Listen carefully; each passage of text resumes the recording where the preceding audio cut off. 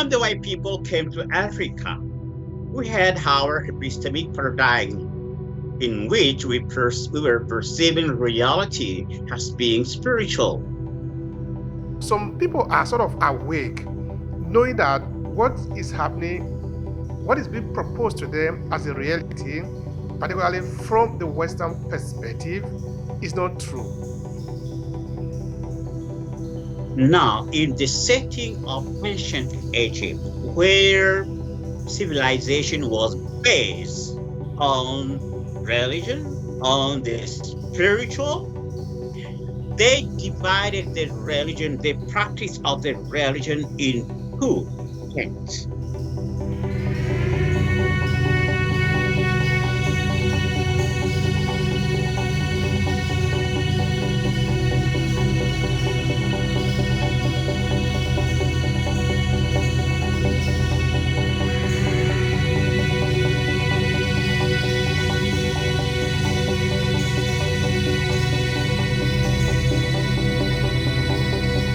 Hi, I'm Obehi the author of the storytelling series for small businesses and content creators.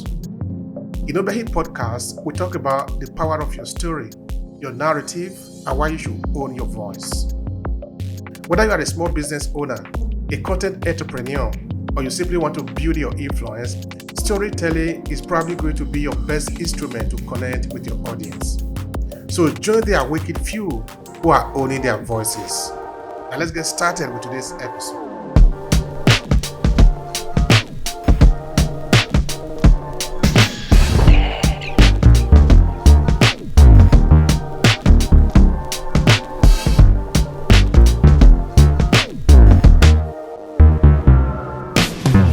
The knowledge of one's identity is a power. Thanks to this power, nations have resisted the domination of foreign people.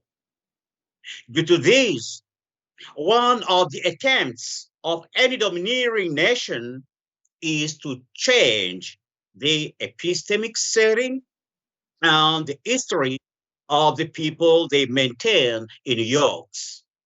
And the easiest means of doing this is to miseducate the weak.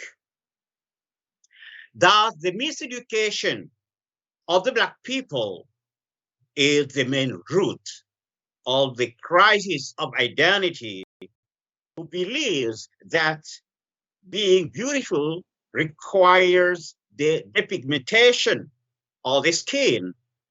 The Black scholar who thinks that serious scholarship started with the colonization of Africa, the Black politician who believes that his country cannot be developed without the financial assistance of the West, the pastor who believes that a so-called curse of sham must be taken away from his Black parishioner, etc. All of them face one problem: a crisis of identity brought by the miseducation of our people. It is worth first to note that whites and blacks don't evolve in the same epistemic paradigm. To impose their paradigm, the West had first to destroy the religious, scientific, ethical, and technological paradigms of the Africans. Thus, it is of paramount importance for us to understand the import of our own epistemic paradigm. The Western paradigm is an individualistic and domineering one, where the white thinks he has the right to dominate nature and all those who are different from him. This is a limited perception where reality is believed to be material without a proof. Prior to this encounter with the West, in a paradigm which is respectuous of environment and based on the demonstrable fact that reality is spiritual. The Fulani and the Bambara people believe, for instance, that human being has two dimensions. Writing about this, an author affirms, in the Fulani and Bambara tradition, two terms are used to designate the person. For the Fulani, they are Nedo and Nedaku. For the Bambara, they are Ma and Maya. The first word means the person, and the second, the person, the people of the person. So the first means the person, and the second means the people of the person. With the second term, this African implies that the human being includes the universe. Thus, identifying himself with the universe, the African can be but respectuous of environment and loving toward other people. The doctrine of Ubuntu leads the Black to the same attitude. Moreover, whereas the white believes he conceives his ideas thanks to his small brain, the Black fears that thoughts come to him from those who abide in higher planes, the illuminated ancestors. Thus, for the African, knowledge is revelation. And the purpose of education is to bring the soul, to the soul the purity that is required for its peregrinations and contact with the illuminated ancestor. As I said above, in order to impose their domination over the Black, in order to impose his domination over the Black, the white had to deny our having a history, to demonize our culture and our educational system. This naturally led to a crisis of identity, where the Black is inclined to believe that the Western model is the only valid one. It belongs to the new African leaders to understand the root causes of this crisis of identity in order to bring correction. The late great Congo prophet Simon Kimbangu, foreseeing this awakening of his people, said, The white will become black, and the black will become white. This requires of the black a true appraisal of the values bequeathed by our illuminated ancestors. That conversation is really very important because it touches on several key points that I think we need to spend some time elaborating on. Now, of course, we are talking about the question of identity and identity crisis by extension. I hear you were making reference of how the Fulani refers to identity just now, and I find it to be very important. Now, I don't know if we could say this is the idea of identity, or maybe the way that we see identity in African context. Of course, I'm putting the whole of Africa in question now, but we could use some example like you did with the case of the Fulani and so maybe other cultures in Africa. What does identity really mean to us? Let's start from there. Ours is a spiritually based culture.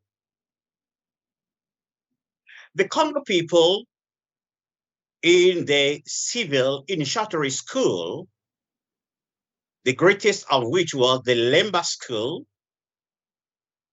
the Lemba School was the greatest school, the greatest human. So in that school, they used to teach that the original human being, which is the true human being, was both male and female. Now, since the time of ancient Egypt and Sumer, which belong culturally to Africa, the conjunction of the male and the female means a divine being. It means the fullness of the Most High expressed.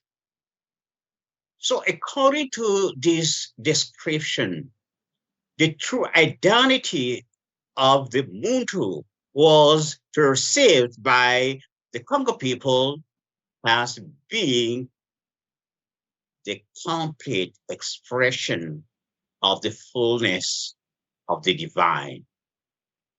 Man is a mortal God, like the gods of the ancestors are immortal human beings. Now we are talking about the African identity crisis or the identity crisis among African people. Somebody might ask, why should we even be talking about this? What is the importance of talking about African identity crisis? What do you have to say about that? The main reason is an epistemological reason. When the white people came to Africa, we had our epistemic paradigm in which we were perceiving reality as being spiritual. In that paradigm, as I said about the Fulani, the human being was perceived not as a corporeal, limited person, but as a sociable consciousness, an individual loving consciousness, caring for himself, caring for his environment, and caring for his neighbor. So the West brought a materialistic perception of reality, which is trying to put the Black people in a cage, the cage which is the belief that reality is matter. This limitation implies living in individuality, that is individualism, not caring for other people, not being so careful about environment, putting one interest above the interests of other people, even trampling on the interests of other people for the sake of one's interest. And all these epistemological configuration, limited configuration, lead naturally to a crisis of identity. Being mistaught has the need for him to be shown again who he really is. Make a little reflection on the idea that the European brought to Africa. Let's call it the European civilization. Um, and let's see the kind of society that they built or the one that they want to propose to the African people. But of course, we will understand now that in the engagement between Africa and Europe, it wasn't really based on, at least in the later part of it, in the beginning part of it, there was a negotiation.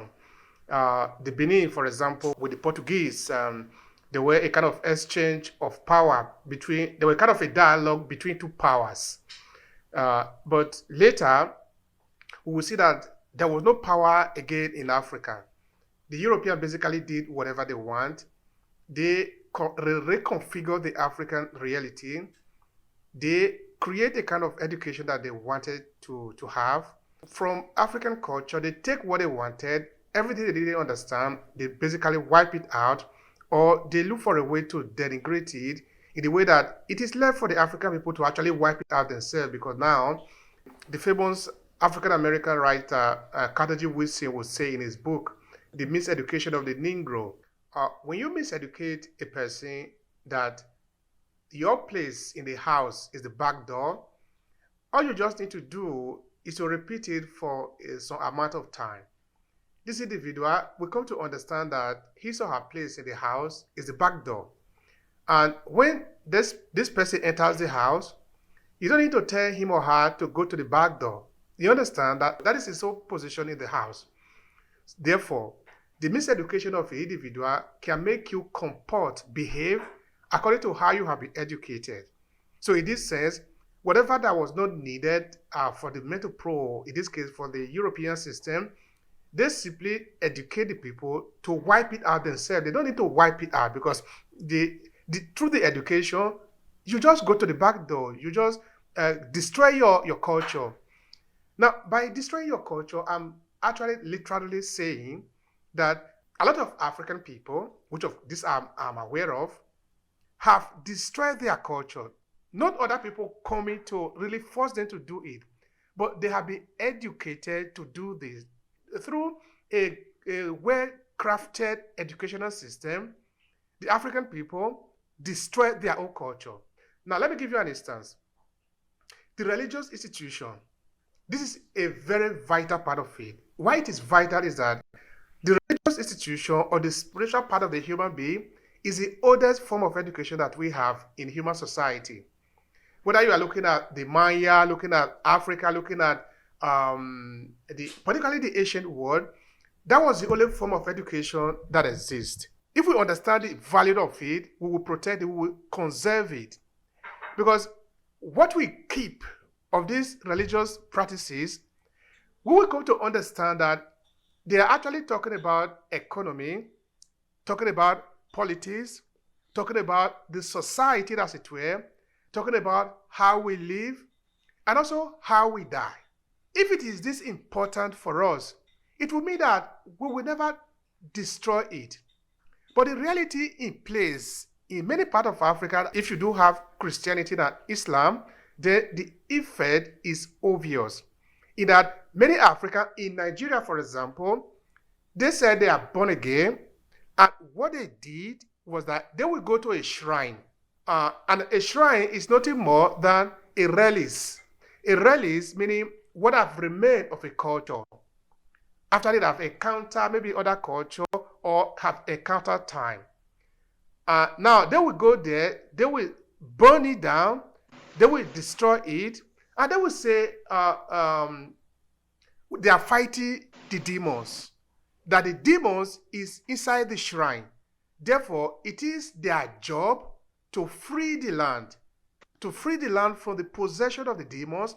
Therefore, they need to destroy this. And as you can see now, this is not the European destroy African religious institution. It is the Africans themselves. But again, these Africans are responding to the education that they have been given. Now, I live in a place in a city called Verona. In the city of Verona, there is a museum here that is called the African Museum. Now, this African Museum was built by Italian missionaries. And inside this African Museum, you will see a lot of African artifacts coming from Congo, coming from Ivory Coast, coming from any place that they have been. Now, this is my curiosity. This is a religious institution. They told the African people that these things that your ancestors are worshiping are evil. So do away with it. That was the only way the African abandoned them and followed what was brought to them by whether in the name of Islam or Christianity. Because what Islam or Christianity actually did was a replacement of the means of connection. Islam is not God. Christianity is not God, but they are a connecting part, which is the same like what the African did. The shrine that you go to is not God. In fact, Africa never said that was God, but that was a channel to reach God. So for you to abandon your own, you need a replacement. They knew this. That was why they gave the African people their way of knowing God.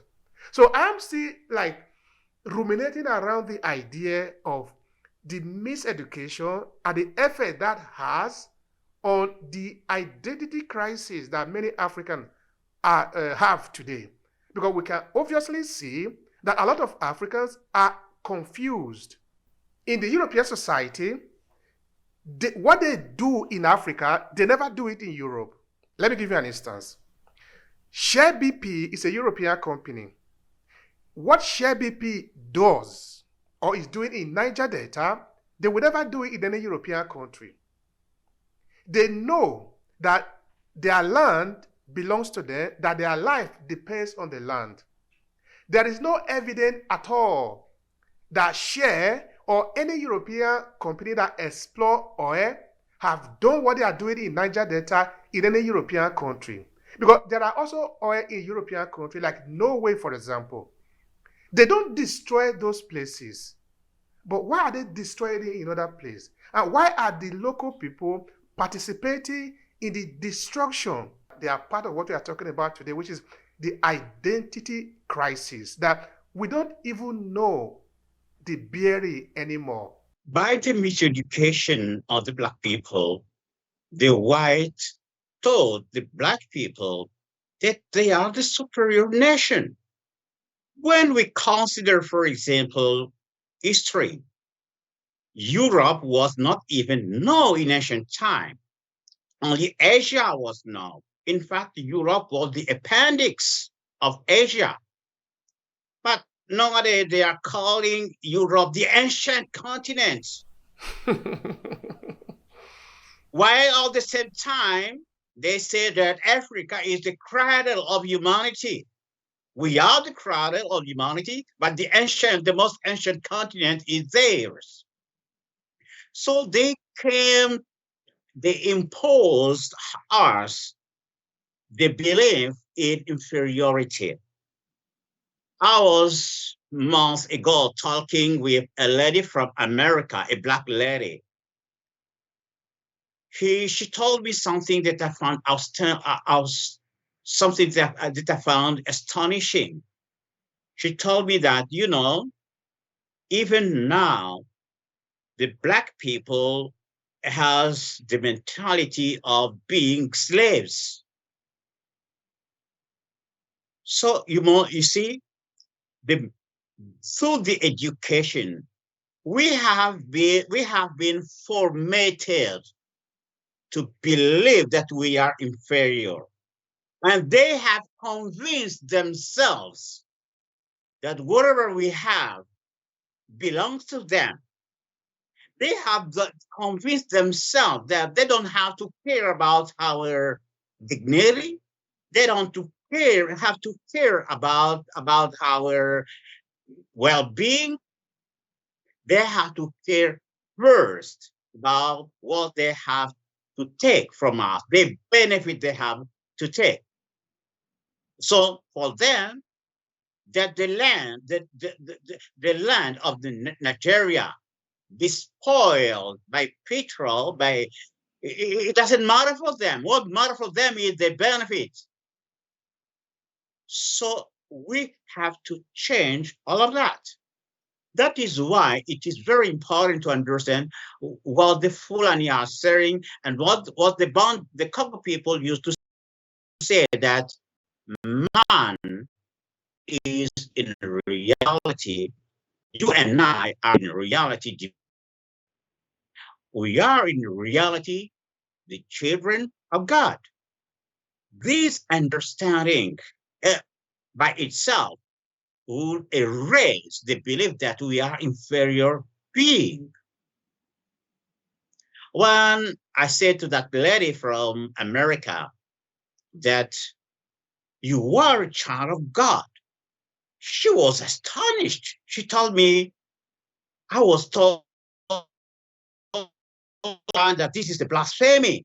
I said, no, it's not a blasphemy. That is the summary of religion among the Black people, is that we are potentially children of God, and we have to live in a way that this nature will become manifest. That is the thing with the Egyptian of the dead. So it is very important for us to bring a parallel education that will elevate the mentality of the Black people, for them to understand that we are divine beings. We are one with nature. To care for nature is to care for ourselves. But what we are seeing around as distraction is only the result of our miseducation. But we have the duty now to educate ourselves properly. All right. The duty to educate ourselves properly. Because, of course, we understand that we got here through education or the miseducation. Now, we also can get out of this place through education or the re-education, as it were. Yes. But how do we embark on that? We have to examine the setting, the educational setting of the ancient. The first thing is that the Egyptian people were considering soul as not being in the body, but as being free from the body. That is the first thing. It means that we don't have the same epistemology with the white people. They believe that they think things to they reason things to their brain. But we believe that thoughts come to us from higher plane, from the illuminated ancestors. That is the first thing. Ours is a paradigm where we can nowadays prove that reality is spiritual, while their paradigm is that reality is material. So according to me, the true education, the highest education of the Black people, consisted not in filling the brain of well formatting the brain, but giving to the soul its true freedom, so the true purity, for purification. And we need to bring back that educational setting. I mean that those who are spiritual leaders must bring that dimension of education, because I mentioned we only form experts, and those experts who works for the benefits of the West. But by bringing that spiritual dimension teaching our people how to get in touch with our illuminated ancestors, how to purify ourselves in order to bring to the soul the freedom it's need to peregrinate to higher plane by giving this education that to our people will bring the correction that is needed. At the beginning, we will not have to do away with the Western paradigm. No, but we will have to supplement that paradigm with these spiritual educational components. A component which is based on the fact that reality is spiritual, that soul is not in the body, and that he's in his true configuration. Man must be respectful of nature. And this education has to be brought back, first of all, by the spiritual leaders of Africa. And next, those spiritual leaders must be sustained by the political leaders. Are you talking of an ideal world or a real world? In the sense of looking at what is applicable in Africa today, looking at the kind of politics that we have today, looking at the infiltration into the local system, including even the spiritual realm in Africa. How do you see the possibility of us able to do that? Looking at it, looking at the way the situation is today. I'm speaking from my experience. I had the grace, the divine grace of coming across to what I call, or discovering what I call, the Kemetic cosmological argument. It is an argument that enables the Black people to prove or to state the essential doctrines of their religion through deduction. So the end result of this is that it is highest true nature, our religion is an exact science. And this is where we have to stand. I was talking with a young man who was telling me about his conception of God, and he used to say, "This is what we have to follow, that is truth," etc. I told him, "Can you prove this?" Because we live in a scientific era. If in a scientific era we can prove spiritually, we can prove scientifically our spiritual values, then those values will have a universal applicability. Because religion is proven to be an exact science, it means that it becomes something which is compulsory to every person, to every Black person. We have to stress this because science is universal, science is provable, and science is something that we can defend. Science is something that the white people will not be able to onslaught, because in order to destroy our paradigm, he has to use science. But when we bring to him a science which is superior, he cannot do it. Why I say is superior? I'm stressing the fact that we can prove our basis that reality is spiritual, while he cannot prove his basis, which is the belief that reality is material.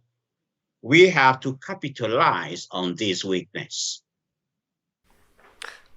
Now, when you look at maybe the younger people of Africa today and the sort of re-education that we're talking about here, how do you see them participating? How do you see them reacting? What do you have to say about that? When I introduce to them this highest dimension of religion, because I used to ask myself a question: what made the greatness of ancient Egypt? What for the ancient Greek students used to come in Africa to get? Pythagoras, Thales, Socrates, Plato, Aristotle, they were not flocking in Egypt to learn mathematics, astronomy. No, no. They used to flock into Egypt in order to learn our religion, the highest science we had, because the Egyptian knew that religion is a science. If the Egyptian didn't know that religion is a science, how come a Grecian student getting out of Egypt will try to demonstrate through logic, deductive logic, the existence of the Most High God, while he was living in the setting of a polytheistic civilization? So the Egyptian knew that religion is an exact science, and they were proving it. And that was the bone of their civilization. That is why all the Egyptologists say that religion was the basis of all the knowledge of the Egyptian. And this characteristic of religion is due to the fact that it was scientific. So when I try to bring this dimension to the Black people, to bring out the dimension to the Black people, first of all, they are surprised, because they asked me, how come can you say that religion is a science, it's an exact science? Fortunately for me, I can prove this thanks to the Kemetic cosmological argument. I can prove this. And once I prove this, and once they realize that they cannot gainsay what I'm affirming, they cannot deny what I'm proving, they respect that opinion. And one of them asked me, why don't you create a school? I said, my school is there. The problem is, why don't you join that school? That's interesting. That's interesting. It's like somebody saying, "You don't make me understand." But we can also say, "But why don't you make an effort to understand?" Because it doesn't mean that it is my job to make you understand. Maybe my job is to make me understandable. But the question is whether you want to make an effort to understand me too. Because I cannot break your head and put information inside. I just need to be present. And be present is like, when you look at the flowers, they are celebrating life. And to celebrate meaning to just blossom, you see the flower just shining. That is their own celebration. But what did somebody say? Well, I don't see it. Well, okay, that is not the fault of the flower. The flower has done its part. The other part is you. You can choose to see it or you don't see it. It's not, nobody is going to do anything about that for you. Going back to the conversation again of the identity crisis among Africans and the time that we have today, where Africa is really like a kind of I think I want to use your word, in a cage. Yeah. Yes. Are we able to use the system that we have today to retrace our step back? Or do we need to destroy this system in order to build another system? I think I need a clarification from there. It is her duty now to understand, first of all, what was the basis of our of the greatness of ancient Egypt. I insist on this because understanding what made the greatness of that civilization will enable us. Let me take you another example that I use often to give to people. We had an incident in my family where one of my nephew was shot by a gang. He was left with a double fracture of the femur. Now, the double fracture of the femur to be cured requires more than two operations, surgical intervention, and a lot of money. So I decided that we have to really rely on traditional surgeries, traditional orthopedy. So we called a traditional healer. He put a traditional plaster, and after 5 days, I say 5 days, being seated, my nephew could raise his leg, which has sustained a double fracture of the femur. Now, when I mention this exploit in a scientific paper, I had a reaction from Cameroon, from Nigeria, from Ivory Coast, even Chad, people telling me that we do have this same technology, traditional technology. So it means that in the field of technology of health, we have still some advance in comparison to the West. But the problem is that the technology we use is based on the fact that reality is spiritual. And we cannot prove this through the setting of the white people paradigm. So what we need is not to break away all at once with the white people education. No. At the first time, we will go gradually. We will bring in the spiritual component thanks to the true understanding of the scientific nature of our religion. We will bring that parallel education, and that will bring what will elevate our perception, our paradigm, even our perception of our own identity. That is very crucial. Let me tell you one thing. When we look at our political sphere, what we realize is that most of our politicians are involved in white people occult sciences. Why? Because deep down in us, we know that in order to properly rule, the visible must be connected with the invisible. But if we can prove today scientifically that that connection exists in our culture, can be implemented in our culture in a scientific manner, that will little by little bring a shift even in the practice of politics. Thank you so much for that. That is really very interesting. Somebody might say, but what is stopping us? Like, what is stopping us from being able to re-educate the people? Because now the people are confused. They are suffering from the identity crisis.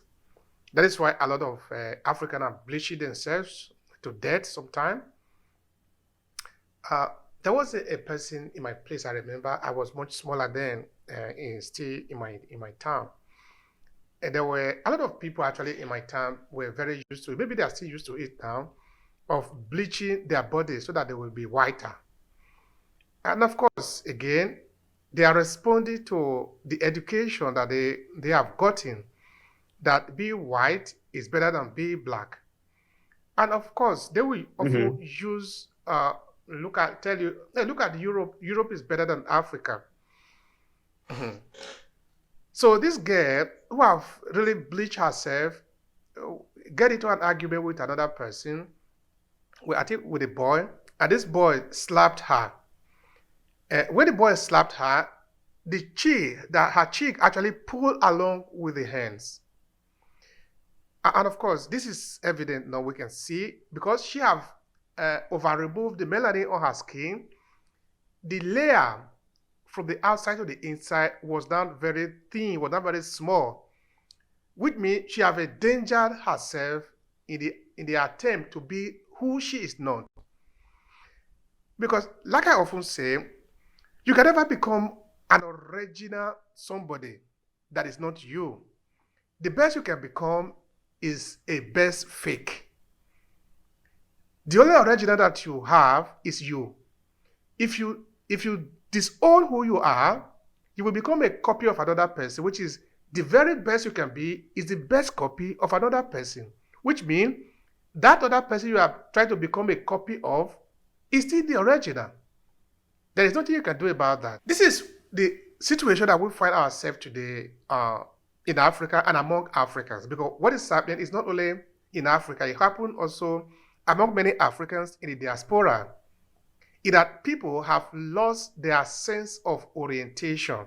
Some people are sort of awake, knowing that what is happening, what is being proposed to them as a reality, particularly from the Western perspective, is not true. But they don't know how to get out of it. They don't know how to really get out of this quagmire and able to have a different frame of reference. To this individual, what do you say to them who want to sort of heal themselves from this identity crisis? I will tell them that identity crisis is the result of miseducation. The education the white people have brought, any education is about bringing in a model.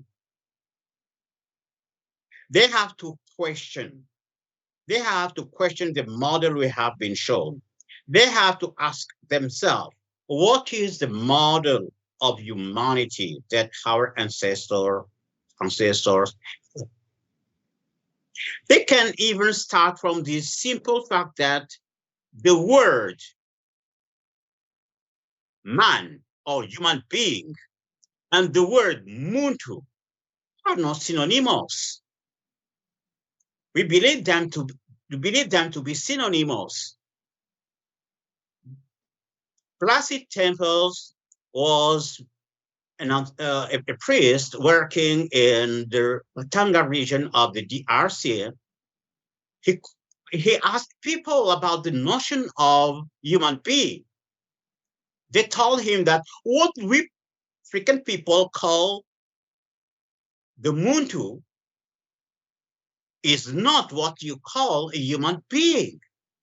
Because in the West, the human being is a corporeal being, while the muntu is an individual consciousness, caring for itself and caring for its surrounding, what we call a muntu. And they can start even by this, knowing that what we really are is not defined by the body, but by the spirits. If the lady who used to pigment his skins knows, for example, that his true identity is not physical but spiritual, she will know that she have to fear the most for his for her soul rather than for the so-called value. We have to teach new models to our people. And many things goes with this. For example, the language. Why don't we have to teach our people in foreign languages? Why don't we teach our people in Yoruba, in Hausa, in Kikongo, and so on? Because that also where the domination, the crisis of identity starts. When a child is told that your tongue is not the best one, the best is the white man's tongue, the alienation starts there. So we have to, to reappraise all those things. They have to start to give back value to their tongue, to give back value to their ancestors, to give back value to who they really are. That is spiritual being and not physical animals. Okay. Now, this is a reflection, a kind of a thought that I'm having. Because if we look across Africa, of course, there are also people like you, know, and you are not alone. There are other people that are conscious of what is going on, like you. Of course, you are not in a position of authority. You cannot change what is happening in Congo, because, like many other situations in Africa, we have politicians who are nothing more than employee of the metropole. They are Yeah, working for the European and American government. That is their employee. That is their employer, I should say. That is why what they do does not reflect the interest of the local people. So that when we say, let's give education to the people, the question is, what type of education? So when we say, let's bring development to the people, the question is, what type of development? Because if we understand the simple thing that we're talking about here, that your existence is not just about you. You are in relationship to the other people. You need to respect your nature and where you live, your environment. It will make a lot of sense that what you do should reflect that. In that, it will be impossible for a politician in Nigeria, in that sense, to loot the national treasury and go hide the money in Switzerland. Because Switzerland is not Nigeria. Because in your mind, for you to have grown to the point of becoming a president of a country, at least you understand that if you loot the treasury of your nation, that nation cannot function. As a minimum, you should understand that. But because you don't care about the people are not the reason why you are there. The Nigerian people are not the reason why you are their president. That is just a gimmick. You can take away the resources that was supposed to be for their survival and go keep it in one bank in Switzerland. If they lie, they can die. It's not your problem. Because you are suffering from identity crisis. You don't know who you are. Because if you know who you are, what is your response and who you are responding to, the action and your inaction will reflect that. You know that in Nigeria today, this is 2023, this is the year going towards 2024. We are still in the dark. Nigeria is still literally in the darkness. Now, the question will be, is it really impossible to have electricity in Nigeria? Because if the government, the politicians that we have in Nigeria were by the consciousness of the African people and therefore representing the local people, they will find a solution to that. Because it means that what you are doing is not benefiting the people. If you are representing the people, what you are doing should reflect that. But because they are not representing the people, what they are doing is not reflecting that. They don't understand that they are also confused as a people. That is why they are doing that. Because if they were not confused, they would have been able to create a good living condition for their people. Because the people will be the reason why they are where they are.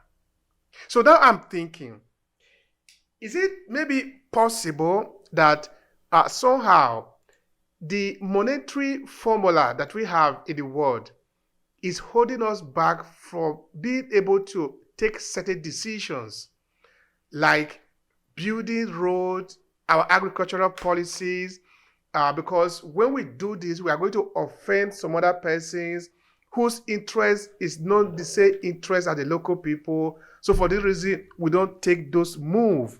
Because you cannot tell me that the local people do not know that jumping from pothole to another pothole is not a good thing. Because in Nigeria today, like many other, I'm just using Nigeria because that is what I know better. But what is happening in Nigeria is also happening even in South Africa. It's happening in Ghana, and it's happening in Congo, your country. In that you see one man who you will call a big man, a rich man, a very wealthy man, who have a very fancy car, but he is dragging his fancy car inside a pothole. What do I need to tell you that this is wrong? How do I need to explain to you that this is not the way to live? That you build a very good building, you put a very big fence around it because you are afraid, you know that something is going to happen to you if you don't do that. Why do I need to explain to you that that is not the right model of life? Are we afraid to really speak out so that we can defend what we want, and what we don't want, we can kick against it? Are we afraid really to do this? Let me put the matter in another dimension. As I told you, I was talking with that lady from America, and I heard her read the sentence written by a white lady from America, from her country. That lady said that the freedom of the Black people from slavery was done only on one plane of existence, which is the lower plane. And she stressed that there is a higher, a most shameful slavery going on higher planes. She was very astonished to read this coming from a white people. What I'm stressing here is this: everything starts from the invisible and is manifested in the visible. If it is a bad thing, for example, colonization, for example, putting Black people in Europe, it means that the white people has set us in New York, first of all, in the invisible. Once you are enslaved in invisible, you can be enslaved in the visible. In freeing yourself, you will free yourself first in the visible, but the true freedom will come when you will free yourself in the invisible. So all we have been saying here amount to how the Black people is going to free himself from the invisible slavery, from the invisible yoke, from the spiritual prisons been set in. And that is how I can put the question. It's the question of freedom, of freeing ourselves from the invisible yokes. Not only freeing ourselves, freeing also our ancestors. Because many, as I tell you, has slavery start from the invisible, has bondage start from the invisible, we still many of our people who are enslaved in the invisible that need to be liberated from them to participate in the elevation of our culture. That is one point. The other point I want to stress in this problem of the crisis of identity is that development is the impulse of a minority. It is always the impulse given by a minority. Now, in the setting of ancient Egypt, where civilization was based on religion, on the spiritual, they divided the religion, the practice of the religion in two things. The divine practice, which is based on the spiritualization of the purification of thoughts and the sacre of holy ancestors, and where power developed can be used only for good. And this was the practice of a minority of people. You can see this practice in the Egyptian Book of the Dead. Now, if I take the setting of the conquered people, you take, for example, a Nkisi meaning power and not fetish. You take a Nkisi called Nkosi. In the epic poem of this Nkisi, the owner will say to the Nkisi, I'm your owner. I got you from Mr. X. Mr. X got you for the ancestor X, the ancestor Y, and the ancestor Y took you from water. People don't really care about this. What does it mean? It means that power starts from the divine practice. Power is taped. Highest power is taped from holy ancestor through the purification of thought. And this power is transmitted to the majority through what is called the human practice. So the human practice is the practice of the majority of the African. But in reality, in the true setting of our culture, the human practice was based on the divine. And a shift has been brought to this shift, not a shift, but this breakage has not been brought by the white people. This breakage has been willingly brought by our ancestors in order to hide what they have of the most precious, that is the divine practice of religion. So it is time for us to bring back that connection. I was following, for example, a film on the voodoo of Benin. And an anthropologist said, the voodoo spirit we have here has been brought to the village from the forest.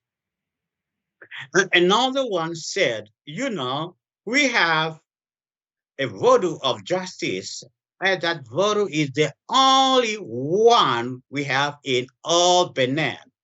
And I did ask myself, why is it the only one? My answer is that it is the only one because the mechanism of the divine practice and human practice working together has been broken. It needs to be brought back in order for new Vodun to be and to be developed, the new power to be developed in the divine practice and be brought to the human practice. That mechanism is fundamental also in the crisis we are facing. That's why I said the main problem is the spiritual leaders of Africa. When I say spiritual leaders, I don't mean leader, Muslim leader, Christian leaders. No, and I speak of leaders who can reconnect the white people, the black people, to their illuminated ancestors. I say illuminated scholars who can have the courage to defend that reality is spiritual because the tools are there. The tool is the Kemetic cosmological argument. It is there. It needs only to be used. And later on, we will have politicians who will follow the path, the new path led by those spiritual leaders and those scholars. All right. We're looking for such a time because such a time is really important in our history. But of course, when we are looking at the human history, Africans have hope in that a people grow, sometimes they fall captive to other people. But those who have become maybe who have been slave before, they can become the masters of themselves. And if they like, they can also become masters of others. This is how we have been living for a very long time. In that we have not always been the slave of other people. We have been master of ourselves. But it come to a time that either due to our error or maybe our inability to take the right decision, we are where we are today. And we have become POW, prisoners of war. But this is not the end of the story too. Our time also is coming to change that narrative, where we'll be able to tell our story and able to shape a new future. That too is indisputable because that is the human history. That is how it has always been. But I do have a curiosity because now, taking the argument a bit towards spirituality, you did say that before you can conquer a people physically, they first need to be conquered spiritually. I think, I don't know if I get that right, in that the Yeah, European, okay. So I'm trying mentally, to, mentally, in the invisible world. so I'm trying to understand now if the European did operate at the same level with the African in the spiritual realm to have been able to manipulate our consciousness Mhm. so that what is manifested in the physical is a result of what have already taken place in the invisible. I don't know if Yeah. you can say something more about that. You see, we admire China. When we see China, we say, "Oh, they have grown so fast, and that they are now almost the leading superpower." But at the basis of the development of China is the Cultural Revolution. One question I asked myself, I was following oneself a video about Freemasonry, and in the video it was said that there are no Freemasons in China. And I wondered, we have been colonized by the same white. Why is that there are no Freemason in China? Why? The answer is in the Cultural Revolution. I let it to people to think about this. through the revolution. And in reality, the Chinese people reconnected themselves with their spiritual reality. That is what is lacking to the African people. As I told you, development is the problem of a minority. In the time of ancient Egypt, that minority was the people who were involved in the divine practice of African spirituality. In the Western world, that minority are called the Chinese and da da da and da da da. But remember, in ancient Egypt, the greatest Chinese were also greatest priests.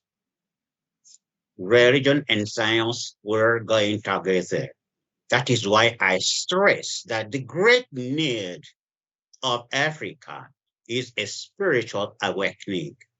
That spiritual awakening will not be brought by the politicians. No, we need spiritual leaders who understand the divine practice of African traditional spirituality, because that is the basis on which our civilization was anchored in the time of ancient Egypt. We need this leader to pass the way, to open the path, to open the way for the majority of people to follow. Development is a problem of a minority. All right. Now, I do have something important there. In that now, okay, you did make mention of China in relation to what is happening also in Africa, because of course, Africa are not the only people that have been colonized. But the way that Africa was colonized, is it like more like the same way that the Chinese were colonized, in the sense of breaking it into different nations, so that when they sort of get hold on their ability to be able to reconstruct themselves, they easily fall back to something? What I am thinking is, okay, Chinua Achebe did wrote a book that they call Things Fall Apart. And I think that book is very important for many African people if we have the time to be able to read it and read it very carefully. That at the center of what keeps us together, a knife has been put in it. Because that center cannot hold, everything is falling apart. So I believe that the way that the African was structured following the Berlin Conference of the 1800s, that if African have been formed, have been constructed based on their historical background. Say, for example, the people of Yoruba was made a country. The people of Hausa was made a country. And the Igbo people of Nigeria, for example, was made a country. It would be extremely difficult for the European to keep them the way they are today. I am saying that because people don't live on the basis of philosophy. They live on the basis of reality and historical things that they can easily hold something to. In that, if the Yoruba people were to reconstruct themselves, they will easily be able to do it like the Chinese did. In that the Yoruba, speaking a common language, having a common ancestry, having a common religion, of course, not the same in all the places, but there is a semblance of unity that will easily formed among them. And they said it's true of the Hausa people of Nigeria, the Fulani, the Ashanti, and many other people in Africa. But now, we have a country called Nigeria, or called Ghana. And these people that I sort of look at it that sometimes we are compared to be a country, but sometimes we're not allowed to grow as a country because we have a lot of infiltration coming into this country where the people really do not evolve as a republic the way that it should be. But these same people are not also allowed to disintegrate. and become, because the Yoruba people have been living for several hundreds of years before they ever encountered the European. Nigeria was only born yesterday. So the Yoruba people, we have something more to defend as a people, something easy to reconstruct as a people than Nigeria. Because the Nigerian history, when people look back, there is very little that they can see behind them. But of course, it is not impossible to construct something if they want to. So when we look at Africa in this sense, when we say make a prejudice to China like you did, what type of Africa are we looking into? The Africa as a result of the European reconstruction, or the Africa that have been before the European? And if Africans were to look back to their ancestry, to where they are coming from, what do we want them to look back to? To like the Yoruba forming because the Yoruba have a very strong culture that is dating back several thousands of years. Is that what we are talking about?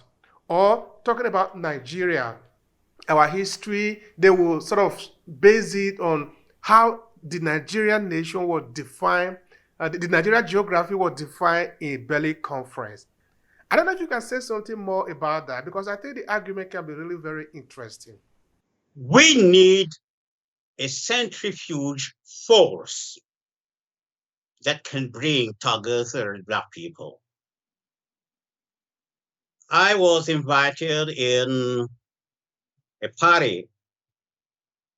Actually, it was a TV show, a public TV show. And the theme was wisdom. What is wisdom? We need to reconnect ourselves to African wisdom.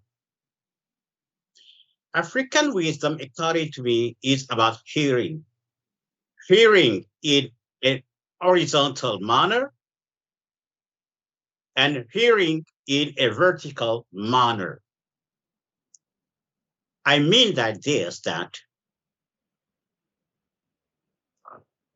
we have been disconnected, first of all, vertically, that with our holy ancestors.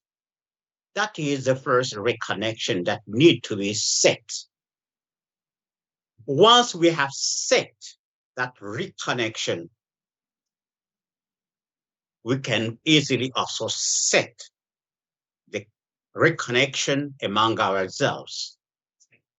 And as I said, we have to ponder on the Egyptian model.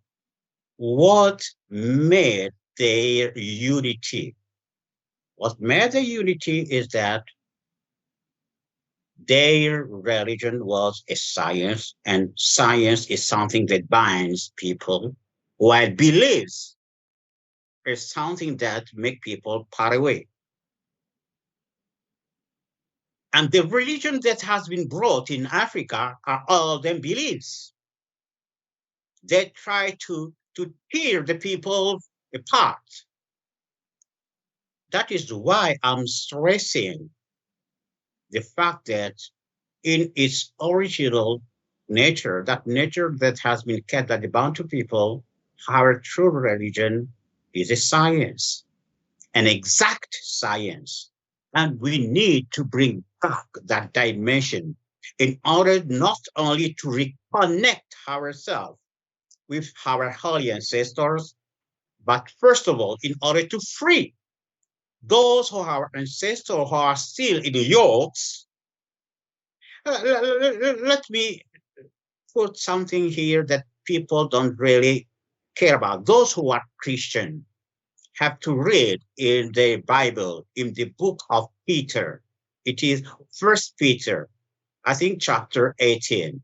It is said that when Jesus died, during the first 3 days, he worked in order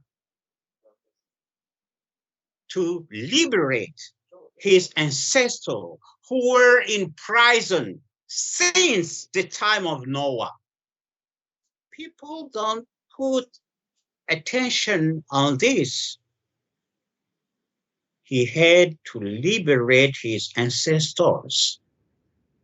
And that's what we have to do first. The spiritual leaders of Africa must think on how to free our ancestors who are still in yokes, and secondly, how to free ourselves from the invisible yokes, and then how to use the solar science, the science of our ancestors, in order to bring back the bond of Pan-Africanism. And the easiest way to do this is to bring back the scientific dimension in our spiritual culture. Thank you so much for that. I think I already asked you something relating to how we might be able to do this, maybe looking at the reality today, and that your response was really brilliant. So there is no need going back there again. You also have written a lot of books that talked about some of the things that you are talking about here. Could you let people know how they can find your book, where they can buy, so that if they want to learn more about what you are talking about, they can read also from what you have taken the time to prepare for them? My books are available at Amazon.com. Wherever they are, they can buy my books from Amazon. Those who in Africa cannot afford to buy from Amazon, they can buy PDF books, PDF version of my books from myself. They have to write to me directly from your channel, for example, and they can buy my books. Aside from the books, I wrote 32 scientific papers. Those scientific papers are freely available at www.academia.edu/Luyaluka, and you write Luyaluka in singular, so they can freely read my scientific papers there. Okay, so looking at the conversation that we have had today, which is the crisis of identity among African people, what would be your final thoughts to the people that are listening to us? We have to understand that the education that was brought by the white people was for the sake of the exploitation of our raw material, was for the sake of the exploitation of our soil, was for the sake of the exploitation of our culture, and all of this for the sake, for the benefit of the West. This has been done by destroying our model of humanity, our model of nature, our model of values, and bringing the Western one as the only model we have to follow. It is time for us to break away from this domineering paradigm. And what I'm stressing here is the role of a parallel education. That parallel must be brought by the true spiritual leaders of Africa. Those leaders who knows how to free our ancestors who are still in yokes in the invisible, how to free ourselves from the invisible bondage, and how to empower our people to reconnect them with our illuminated ancestors. This has to be done now. And this will open the way for the political leader to follow and break away the Western paradigm and bring in the new one. Thank you so much for your sharing and for your contribution here. It has been navigating identity crisis among Africa, causes, effort, and solution. If you enjoy this podcast, please subscribe so you never miss any of our future episodes. Rate and review Obehi Podcast and share with your friends who might need it. Thank you so much for listening. I'll talk to you in the next episode.